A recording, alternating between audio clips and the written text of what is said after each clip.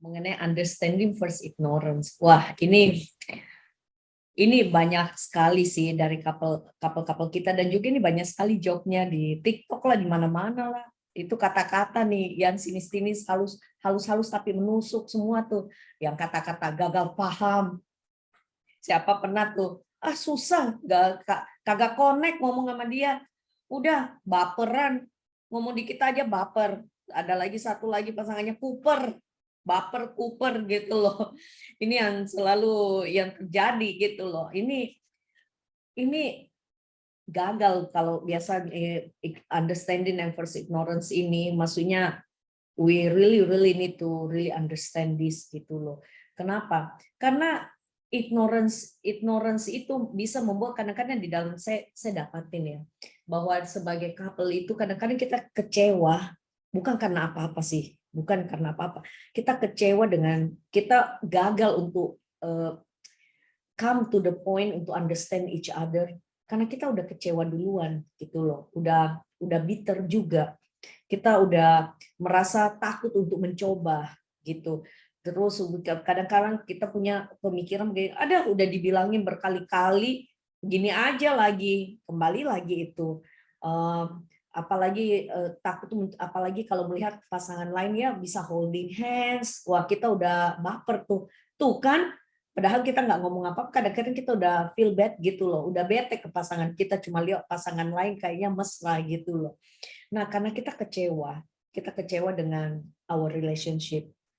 Kita kecewa juga dengan diri kita sendiri. Sehingga kita ignore untuk mencapai kesepakatan atau mencapai pemahaman yang sama gitu. Karena terus kadang-kadang ya dengan ignorance ini ya mengakibat ini jahat banget sih ini ignorance ini. Saya nggak bilang underestimate, nggak jahat ini itu, tapi ini ignorance ini membuat kita fail untuk untuk berkomunikasi dengan baik, untuk mencapai kesepakatan, mencapai pemahaman, bisa think tank bersama-sama, bisa jot down things together gitu. Karena ini ignorance ini membuat kita itu kebal, tahu nggak? Our feeling itu Kita selalu pikir begini-begini lagi, balik lagi, nggak maju-maju gitu loh. Kita nggak mau kita dengan intuisi kita dengan emosi kita. Seandainya pun kita nggak mau, kita bilang udahlah biarin aja, susah. Atau kita juga dengan membaca emosi dari pasangan kita, dari istri kita atau dari suami kita gitu loh. Kita udah ignore gitu loh. Ya biarinlah, entar juga ya, emang orangnya begitu, entar juga paling ya udah diemin aja, atau entar daripada ribut silence, udah biarin aja. Nggak mau tidak peduli, ini cuek ya. Dengan kata kalau orang positif words-nya mungkin kadang-kadang mereka katakan ini cuek gitu loh. Padahal kita mengesampingkan hal-hal yang important mengenai pasangan kita mengabaikan feeling mereka. Kadang-kadang dia mau dipeluk, kita tahu kok deep down in our heart, kita tahu istri kita mau dipeluk, istri kita mau pegangan tangan, istri kita mau dirayakan birthday-nya walaupun nggak pernah ngomong, tapi tahulah gitu loh. Dia mau ngomongin, mau kita bilang sayang, mau kita panggil dia dengan full affectionate gitu loh, dengan mesra ya gitu. Ya tapi kita kebal, kita press it down gitu, kita tekan, kita punya feeling itu, kita matiin, kita ignore, kita abaikan. Itu sih, ini ignorance itu seperti gitu bisa feelingnya. Terus sikap dari kita berkomunikasi nih, itu sering kayak seperti ini, ya I'm right. Kadang-kadang ada orang yang suaminya kebetulan quiet ya, jadi dia nggak impulsif dalam ini ya, berkata-kata, dia keep it aja, tapi dalam pikirannya dia bisa mungkin, well, I'm right, you are wrong. Shut up. I also shut up myself. So you better.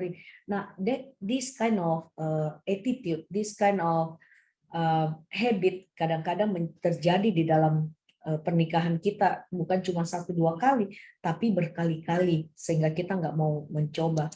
Padahal solusinya untuk kita mencapai understanding ini, kita harus mencari bagaimana sih, apa sih kesepakatan yang kita harus ini sama-sama, landasan yang sama. we need to come dengan the same common ground-nya itu apa? Landasannya apa? Kebersamaannya kita itu tujuannya sebenarnya apa sih gitu loh. Salah satu yang kalau untuk mencapai understanding ini supaya bisa ngobrol bersama suami atau bisa ngobrol bersama istri, udah paling gampang itu yang kita tidak perlu harus gimana-gimana ngobrolnya harus fancy atau apa.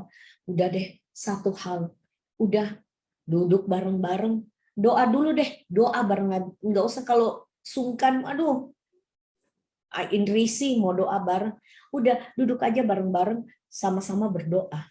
Coba itu deh, it's simple as that untuk mencapai understanding gitu. Dikatakan how can to walk together if they don't agree? Bagaimanakah dua orang berjalan seandainya mereka tidak setuju? They don't agree gitu loh. Bagaimana kita bisa dua berjalan dan padahal kita nggak setuju? Susah banget. Makanya kita bisa membuat selalu ribut.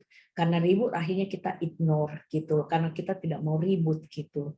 Itu sih. Padahal bagaimana sih kebenarannya marriage check up-nya kita harusnya seperti apa sih? Alkitab katakan di Amsal 14:29, orang yang sabar besar pengertiannya, tetapi siapa cepat marah membesarkan kebodohan. This is a check up for us gitu ya, karena orang yang paling membuat saya tidak sabar, pertama adalah istri saya, kedua adalah istri saya punya suami. Itu dua orang itu paling membuat saya tidak sabar. Sekali lagi, orang yang paling membuat saya tidak sabar, pertama adalah istri saya, kedua adalah istri saya punya suami. Nah itu gitu istilahnya ya. Jadi orang yang sabar pengertiannya, tapi siapa cepat marah membesarkan kebodohan gitu ya. Jadi seringkali itu yang terjadi gitu ya. Laki-laki pada nggak berani mengacungkan jempolnya gitu ya. Memang statistik udah tidak bohong lah. Dikatakan 70% laki-laki dunia ini takut akan istri. 70% laki-laki di dunia ini takut akan istri. 30% lagi itu jomblo. Nggak ngerti sih. 70% laki-laki dunia ini takut istri, 30% masih jomblo. Jadi semua yang menikah takut istri dong. Anda pikir kenapa Adam jatuh dalam dosa? Ya karena takut sama istri dia. Yang punya otoritas, tapi waktu Hawa jatuh dalam dosa, suruh dia makan juga. Oke. Orang yang besar, sabar, besar pengertiannya. So, understanding will make you passion. Lebih sabar gitu ya. Tapi siapa cepat marah membesarkan kebodohan. Itu Amsal 14 ayat 29. Orang bebal tidak suka kepada pengertian. You don't like understanding. Hanya suka membeberkan isi hatinya. Cuma ngomel, nggak mau ngerti, nggak mau tahu, pokoknya gue mau ngomel. Nyerocos, gitu istilahnya. Istri saya bilang nyerocos. Oke, Amsal 3, 5-6, percayalah kepada Tuhan dengan segenap hatimu, dan janganlah bersandar sekali lagi pada pengertian kita sendiri, tapi kepada firman Tuhan, akuilah dia dalam segala lakumu, maka ia akan meluruskan jalanmu. Nah, sekali lagi pada waktu kita mulai offset, bisa nggak kita involve God, mengakui Tuhan dalam segala jalan kita, gitu ya. Efesus 4 ayat 18, dan pengertian yang gelap jauh dari hidup persekutuan dengan Allah. Sekali lagi kuncinya di sini hidup persekutuan dengan Allah karena kebodohan yang ada dalam hidup mereka dan karena kedegilan hati mereka. Bahasa Inggrisnya lebih jelas, they have darkened in their understanding and separated from the life of God because of the ignorance, ketidakpedulian there is in them due to the hardening of their hearts gitu ya. Jadi Alkitab mengatakan bahwa look, untuk kita ini penting sekali untuk mengerti, dan makanya sekali lagi always take God in our marriage life. Kita nggak bisa nih kalau nggak. Word of God is teaching us banyak hal gitu ya. To be able to understand. Understand tuh nggak mengerti berarti bahwa kita mengerti perempuan, karena kita tidak akan pernah mengerti perempuan.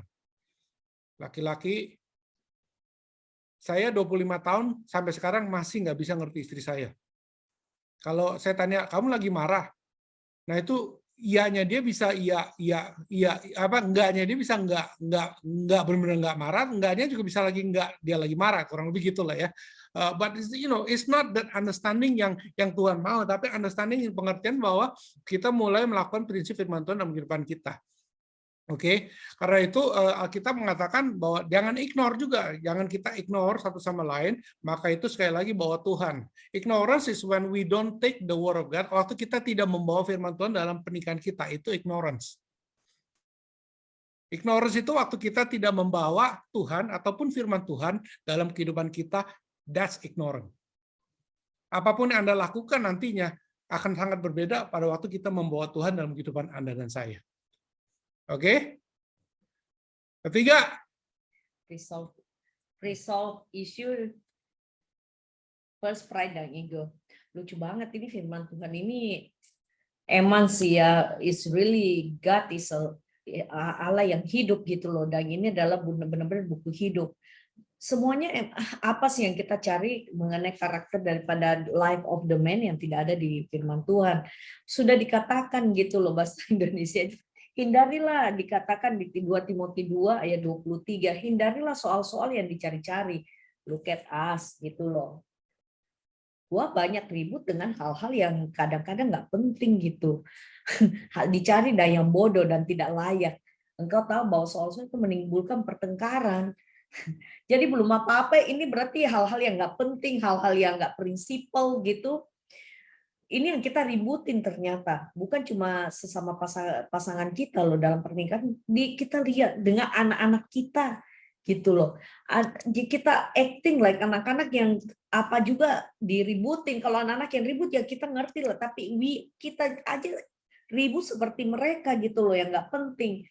Nah, dengan sesama kita, dengan saudara kita, dengan teman kita, itu yang diributin semua gitu loh. Cuma mengenai baju siapa yang suka warnanya, mengenai kuenya siapa rotinya lebih mengembang apa enggak, seriously this is really happening gitu. Itu karena ini masalah-masalah begini, begitu kita ribut, what happen gitu loh. Jadinya kita selalu ngomong apa-apa yang penting, jadi apa-apa karena kecil-kecil juga kita ributin, tidak ini, atau kebalikan, bisa aja juga terjadi hal-hal kita nggak mau ngomongin, tidak pernah ngomongin sama sekali, gitu. Itu ada begitu juga. Nah kadang-kadang juga di dalam karena kita tidak pernah mau ngomongin, tidak mau diomongin juga. Dan atau kita ngomong, kita ribut karena perbedaan, karena sudut pandang yang berbeda. Bagaimana kita melakukan sesuatu itu yang kita ributin. Ya seperti tadi itu lucu banget, baju. Saya keingat juga it happens lah. Setiap daripada rumah tangga kita ada aja. Kalau itu baju, kalau dalam hal saya kos kaki, kalau keluarin kos kaki, kenapa sih itu kos kaki nggak di ini harus kebalik-balik? Kan nanti begitu selesai di laundry harus kita balik lagi. Nah sama prinsipnya dengan yang baju tadi. Kalau nggak dibaca, ya things like that gitu. Nah, bagaimana sih kalau kita seandainya pun kita ngomong nih, kita jadi ribut karena apa? Karena perbedaan kita melihat sesuatu gitu loh. Jadi bagaimana sih how we agree to disagree? Apa ya bahasa Indonesianya itu ya? Bagaimana kita bisa setuju untuk hal-hal yang tidak kita setujui? Bagaimana kita bisa setuju gitu? Nah, ini nanti kita ada tips saja. Kadang-kadang kalau kita ngomong ya, mungkin kita harus belajar bagaimana. Saya suka sekali ada satu ini, mungkin bisa tolong, namanya tangga kepo. Yuk, di dalam kehidupan kita ini, kebetulan saya bergerak di education, lama menjadi guru. Ini lucu banget, di dalam anak-anak berkomunikasi, kita semua tahu, waktu kita menyelesaikan, mungkin yang masih ingat ya, masalah-masalah sekolah, di SMA, di SD udah diajari. Kalau menyelesaikan soal cerita, apa dulu coba yang kita harus lakukan? Anak-anak kita ajarin, kan kita juga belajar begitu. Harus tahu dulu apa yang diketahui, gitu loh. Terus apa yang diketahui, kita catat dulu toh, gitu. Apa yang diketahui, apa yang setelah itu baru kita mulai solve the problemnya. Apa yang ditanyakan, gitu. Itu yang kita anak-anak diajari. Terus hal itu ya. Another thing, apa yang kita lakukan, kita dari kecil, SMA, di SMA kita udah banyak belajar ini sih. Saya SMA-nya aja yang 30 tahun udah lama banget, saya masih ingat juga gitu loh. Sampai sekarang ini pun masih berlaku, ini pun masih digunakan. Itu 5H 1H gitu lah, 4H 4W 1H gitu loh. Jangan lupa tanyakan dulu apa, di mana, kapan, tepat.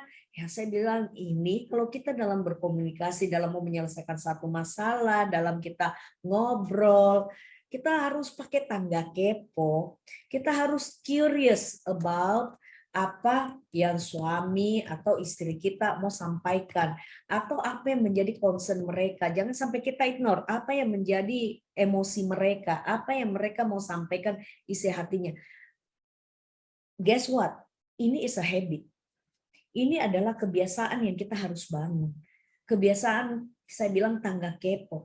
Nah, banyak dari kita cuma pacaran doang nih, baru ditanya kenapa ya, apa ya, lama gitu, apanya, apa melulu terus gitu, nggak selesai-selesai ditelepon, nggak selesai-selesai waktu WhatsApp call-nya, karena hal-hal itu yang kita lama.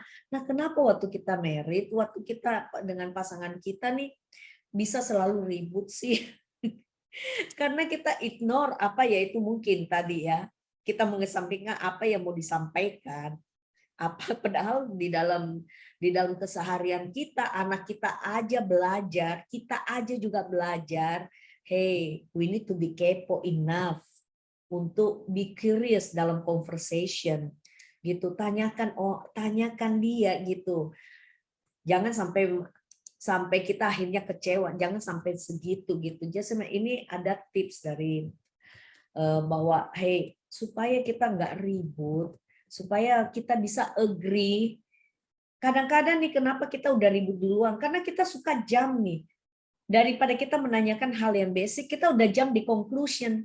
Sudah jam di conclusion, kita udah asumsi, wah, saya di dalam pernikahan kami it happens juga gitu loh. Kadang-kadang saya kayak udah lama nih ya sama-sama. Jadi saya merasa saya udah tahu nih.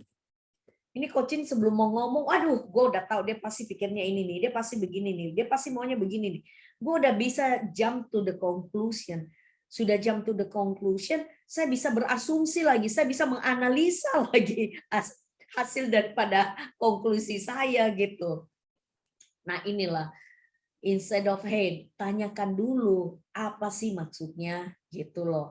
Start listening dulu gitu. Start questioning dulu. Bangun dulu rasa ingin tahunya. Itu sih. Jangan kadang-kadang kita belum itu begitu dengar sesuatu kita udah diminis apa ya? Kita udah meremehkan ya sama tadi. Belum apa-apa karena kita merasa udah tahu, kita motong pembicaranya, oh begini-begini. Atau kita langsung shutting down. Oh udah deh, udah tahu, oke.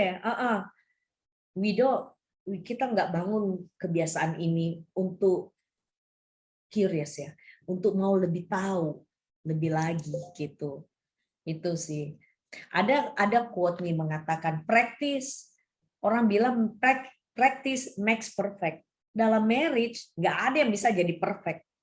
Karena nggak ada. Tapi satu hal sih dari pengalaman kita selama ini, practice is not make us perfect, honestly. Tapi practice di dalam ini kita lakukan habit-habit yang baik, make us better sih.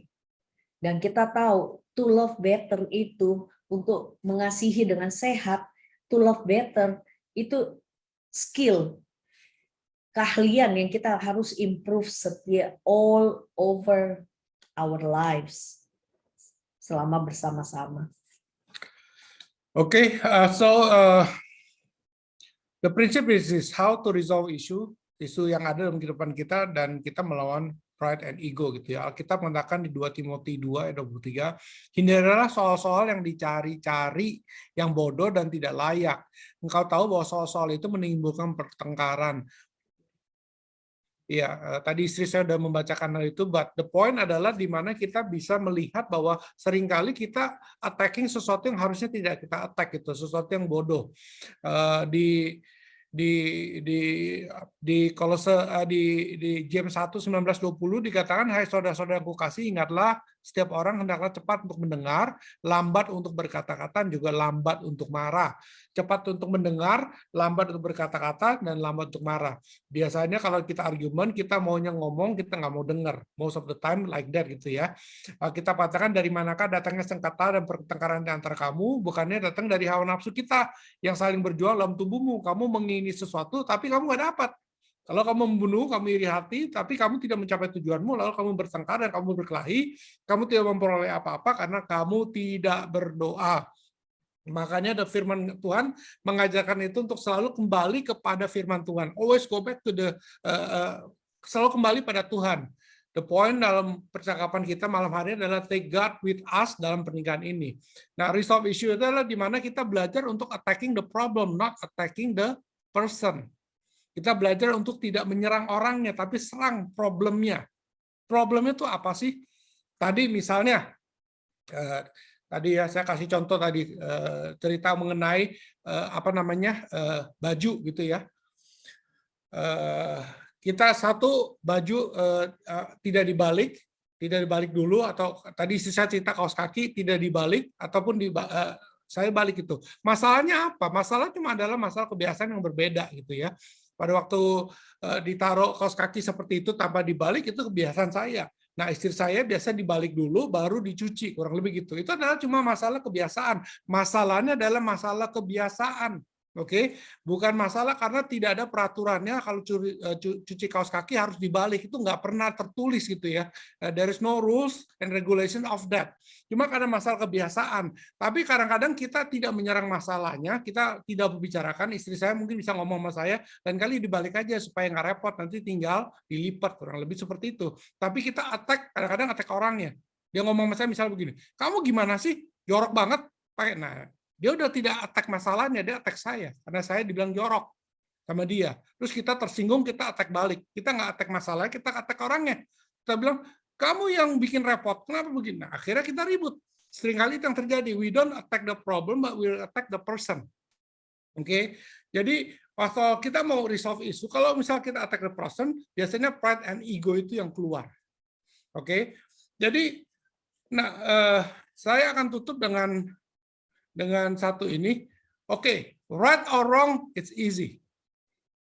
Benar atau salah itu gampang. Oke, itu sebenarnya gampang sekali. Seringkali masalah yang timbul dalam pernikahan kita atau keributan kita bukan benar atau salah, tapi karena perbedaan. Benar salah itu gampang. Kamu selingkuh, salah. Kamu mukul, salah. Kamu berbohong, salah. Kamu ambil duit, salah. Kamu mencuri, salah. Amin, benar salah itu gampang. Tapi yang tadi kita ributkan masalah tadi, cuci baju, cuci kaos kaki, cara makan, dan itu semua. Think about this, oke? Pikirkan ini. Alkitab mengatakan begini. Pertama, sebelum dosa masuk, manusia, laki-laki dan perempuan, mereka dua-duanya telanjang dan mereka tidak malu. Itu yang dikatakan dalam firman Tuhan. Mereka telanjang dan mereka tidak malu, oke? Setelah itu iblis datang menggoda perempuan. Dia bilang, perempuan, Tuhan ciptakan kamu bagus, tapi kamu bisa jadi lebih bagus. Oke, kalau kamu jadi kayak Tuhan, kalau kamu makan buah itu, perempuannya akhirnya makanlah buah itu. Dan kenapa dikatakan dosa Adam? Karena Adam ada di sebelahnya. Dia yang dikasih otoritas untuk melindungi perempuan, tapi dia tidak mengambil otoritasnya, dia membiarkan. Nah, ini laki-laki takut istri yang pertama yang ada di dalam dunia ini. Membiarkan istrinya makan buah itu, karena istrinya mau. Setelah dia makan, dikasihlah Adam. Adam, lu makan, karena gue udah makan. Maka Adam pun makan buah itu. Nah, waktu saat itu mereka tahu bahwa mereka jatuh dalam dosa, oke? Setelah itu, Alkitab mengatakan begini, mereka sadar mereka telanjang dan mereka merasa malu. Setelah itu firman Tuhan mengatakan apa? Mereka mengambil daun untuk menutupi tubuh mereka. Oke, this is the point. Pernah mikir nggak? Kenapa waktu ngambil daun yang ditutupi itu bukan mulutnya? Karena mulut yang makan buah. Kenapa bukan tangannya? Karena tangan yang ngambil buah. Kenapa malah kemaluan yang ditutup? It's not mulut karena mulut yang makan, bukan tangan karena tangan yang ngambil, tapi malah kemaluan yang ditutupi. Poin pertama, pada waktu dosa masuk, yang pertama kali diserang adalah apa? Perbedaan. Karena yang ditutup itu yang berbeda. Yang mereka tutupi itulah yang berbeda. Awalnya laki-laki dan perempuan mereka telanjang, mereka tidak merasa malu. Setelah dosa masuk, Mereka melihat mereka berbeda, mereka malu akan perbedaan itu. Jadi iblis masuk pertama menyerang perbedaan. Pada waktu dosa masuk menyerang perbedaan kita. Nah, waktu kita merasa berbeda dan pride dan ego itulah yang membuat kita tidak mau mengalah dan akhirnya kita ribut among the perbedaan. Karena most of the time fight kita bukan benar atau salah, karena benar atau salah udah gampang. Kalau ada orang datang pada saya bilang saya berselingkuh karena istri saya udah enggak. Kalau kamu berselingkuh kamu udah salah, udah selesai titik. Tapi kan isunya seringkali berbeda. Pastor saya pulang nggak ditungguin makan nih. Kenapa? Ya karena rumah tangga dia dulu waktu dia kecil, kalau pulang lapar langsung makan. Sementara yang satunya kalau mereka selalu ditunggu makan bersama. Pastor saya pusing nih, kenapa? Karena buka lemari nggak pernah ditutup. Lah, ya gimana ya? Ntar ribut urusan pencet odol, buka lemari, tutup lemari, cuci baju, cuci kaos kaki, dan itu semua yang sebenarnya Alkitab katakan itu nggak layak untuk diributkan. Dibicarakan saja sebenarnya. Tapi kalau pride and ego membuat kita tidak mau. Ingat sekali lagi, Alkitab katakan jelas sekali, begitu dosa masuk yang diserang pertama kali ada perbedaan.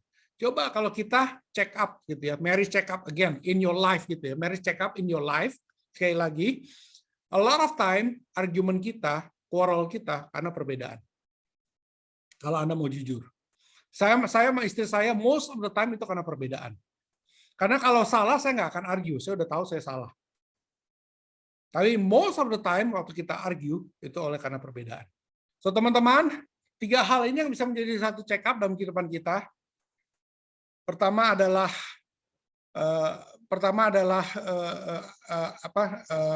respect. Pertama adalah respect dan underestimate, gitu. Respect melawan underestimate. Apakah kita menganggap yang lain lebih penting daripada kita, gitu ya? Itu pertama. Kedua, kita understanding and ignorance, gitu. Apakah kita ignore, apa kita mulai mau mengerti apa yang Tuhan taruh dalam kehidupan suatu pernikahan dan mulai menjalankan.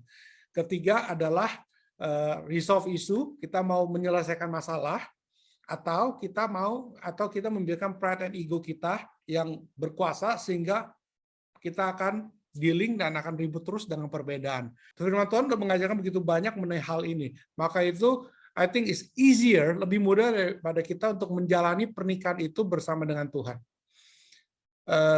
Saya akan akhiri, kemarin tadi Pastor Raymond udah katakan, kita baru merayakan 25 tahun pernikahan kita, and I have to be honest gitu ya, saya harus jujur dengan diri saya pribadi, it will not be like this without God. Nggak bisa tanpa Tuhan. There's a lot of grace, banyak kasih karunia yang ada, banyak mengampuni dan diampuni gitu ya.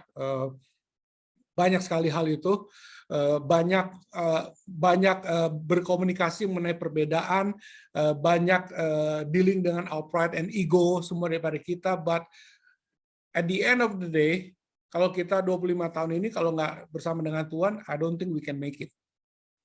Tapi karena bersama dengan Tuhan kita mulai mengerti kasih karunia, kita mulai mengerti bahwa saya nggak mengharapkan istri saya membawa sukacita lagi dalam kehidupan saya, tapi dia harus kepada Tuhan untuk mendapatkan sukacita, dan saya harus kepada Tuhan mendapatkan sukacita, dan itu yang kita bawa dalam pernikahan.